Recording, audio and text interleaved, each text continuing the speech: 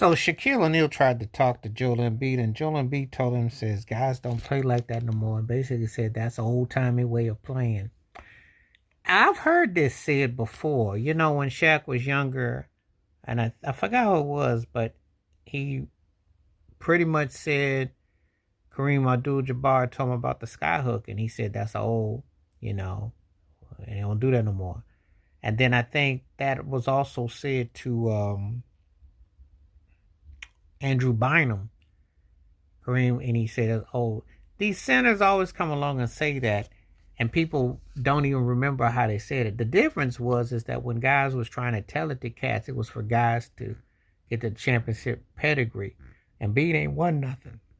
So unlike when Kareem tried to say it to Shaq and he hadn't won nothing, Shaq did win, you know. But it's amazing how most people don't take heed to advice at a particular time until they try to pass on to the next generation.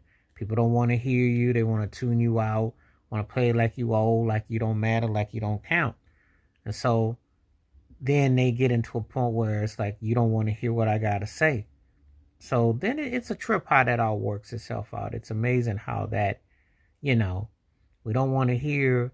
And it's like the hard-headedness of it all, but it's amazing how that comes to play into view. But yeah, Shaq said he went and tried to talk to him, and B was like, basically, get out of my face. I ain't got anything to say. Now, I was reading the comment sections, and some turkeys said that if Healthy Embiid would cook Shaq, I said, what, cook him on a cookout in the backyard on the food channel?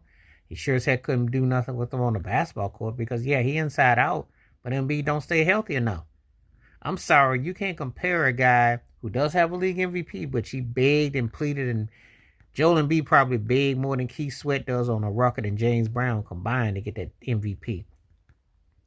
You know, he begged and pleaded, but he never gets out the second round. So how am I supposed to take this turkey serious? He should be considered one of the greatest Philadelphia Sixers ever. He should be considered alongside of Moses Malone, or we're going to say Dr. J, or say Allen Iverson, Charles Barkley, Wilt Chamberlain. He should be considered amongst the elite of the Sixers. He won't be because he's half-timey. He plays half-timey and he don't fulfill nothing. He got a lot to say, but he ain't got nothing to back it up. He talk a whole lot of yang. He don't back it up. He really ain't been the same since that Kawhi Leonard dewdrop that landed in 2019 in that playoff game in the second round. And Leonard went on to win a chip with Toronto. Joel Embiid never always talked about the process. I said, well, you talking about a perm in your hair? Because you sure as heck ain't talking about on the basketball court. And you were trying to holler at Rihanna and how that turned out. I mean, I'm just throwing all this out there to say that he's